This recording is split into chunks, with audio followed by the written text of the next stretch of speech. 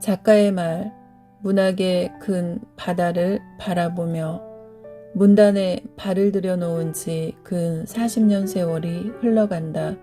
글을 쓸수록 내가 너무 모르는 지식이 산적해 있다는 사실에 직면하고 자꾸 머리가 숙여진다. 읽어야 할 책이 많아 계속 사놓고 조금 읽다가 책장에 꽂아 책만 자꾸 많아진다. 그래도 여전히 서점을 기웃거리고 있다. 나이 들면서 책 욕심이 젊은 시절보다 더 한 것은 그만큼 문학에 관심이 많아진 탓일 것이다. 지난 4천년간 이야기라는 장르로 시작된 글은 인류의 역사, 인간, 문화를 형성하는 힘이 되어 왔다는 사실을 부인할 수 없다. 물론 긴 세월 이야기가 입으로 전해지다가 파피루스, 점토판, 돌판, 양피지에서 종이로 글을 쓰는 역사의 흐름을 딛고 지금 상상 못할 전자매체를 통해 기록되고 있다.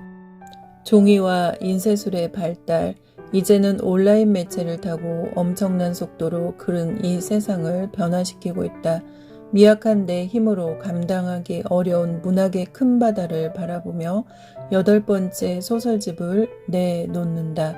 미미한 파도가 되겠지만 그 물결이 언젠가는 내가 서 있었던 시대를 대변할 것을 믿는다.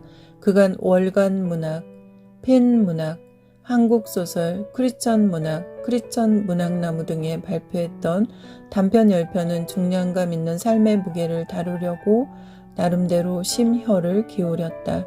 사랑, 죽음, 용서, 화해, 미움과 갈등, 소망의 문제를 다룬 단편들이 글을 쓸수록 나름대로의 색깔을 지니고 떠올라 나도 전체를 정리하며 깜짝 놀랐다. 10편의 단편이 많은 사람들의 공감을 형성하고 위로가 되기를 소망한다. 나이 들수록 글쓰기 힘들다고는 하지만 더욱 무르익은 글을 쓰도록 계속 정진해 볼 마음이다.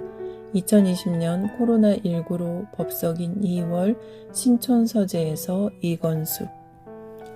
자작평설, 창작하는 작가의 마음. 제8소설집의 단편들을 작가 스스로 창작 의도를 겸하여 평하는 것도 독자들의 이해에 도움이 되리란 생각으로 짧은 평설을 쓴다. 10편의 단편을 요약해보니 인간 존재에 대한 구원적인 갈등과 삶의 순수 본연성의 문제들이었다. 문학의 영원한 주제인 것이다. 사랑은 인간 역사의 흐름을 따라 변천해왔다. 고전 문학에서는 남성 지배의 윤리의식으로 여성의 정절을 강조하는 사랑의 형태가 기원전부터 19세기 언저리까지 문학세계를 지배해왔다. 그 대표적인 작품이 춘향전이요. 그리스판 춘향전인 오디세이가 있다. 르네상스 시대로 접어들면서 인간의 본능을 인정하게 되는 여성의 성해방 작품이 주축을 이루었다. 보카치노의 데카메론이 대표적인 예가 된다. 르네상스를 거치면서 사랑이 상품 수단으로 등장하는 흐름을 따라 소설도 변한다. 대표적인 소설로 스탕달의 적과 흙, 드라이저의 미국의 비극을 들 수 있다.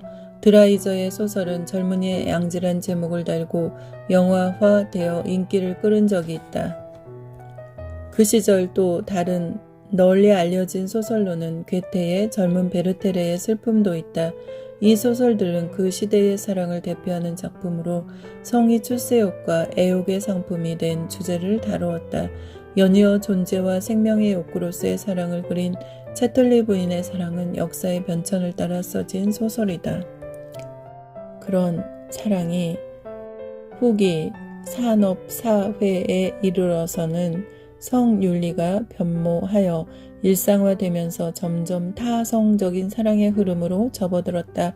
영화로도 널리 인기를 끌었던 메디슨 카운티의 다리에서는 주인공인 가정주부가 나흘간의 상간남과의 불륜을 그가 준 인생의 기막힌 선물이요. 추억으로 삼고 살아간다. 불륜의 힘으로 농촌에서의 지루한 부부 생활과 가장 생활을 이끌어간다는 내용으로 그 당시로는 충격적 발상이었지만 이게 현대 사회의 일상화된 사랑의 효시를 보여준 셈이다. 후기 산업사회의 사랑 방식은 사랑 때문에 인생을 바꾸지 않는 일반적인 보통사랑의 시대가 된 셈이다. 이런 시대의 풍조를 타고 매일 안방 화면을 장식하는 드라마와 문학, 심지어 정치판에까지 마구 상을 찌푸리게 하는 막장 이야기가 등장하고 있다. 산으로 간 물고기는 아직 인간에게 이런 숭고한 사랑을 할 수 있는 인간의 내적 아름다움이 존재한다는 사실을 그리고 싶었다. 이 작품을 쓰면서 독자가 단 한 사람도 없을 것이라고 생각하면서도 그래도 현대 사회의 흐름을 거슬러 역으로 사랑 방식을 택한 동물이 아닌 이타적인 숭고한 사랑을 그려냈다. 시대의 흐름에 거슬리는 시선이다. 하지만 독자들 나름의 해석이 가능했다. 다행히 사랑을 역발상으로 그린 작품이 좋았다고 하는 독자들이 있어서 기쁨을 가져다 주었다. 일상화된 남녀 간의 사랑처럼 사회적 윤리적 사랑도 변해서 주위의 모든 사람들은 타인에 대한 관심보다 자신을 향해 달팽이처럼 몸을 숨긴 사랑 방식에 익숙해 있는 현실이다. 뒤틀려진 사람들은 이에 역행하는 인물을 그려본 작품이다. 모두가 자기 중심적 삶으로 치다르면서 이웃에 대한 무관심 내지 싸늘하고 무서운 시선을 거슬려 살아가는 주인공을 내세운 것이다. 인간은 본성적으로 높은 곳을 향한 간절함이 있다. 죽음의 문제를 해결하려고 몸부림친 흔적이 바로 인류의 역사이다.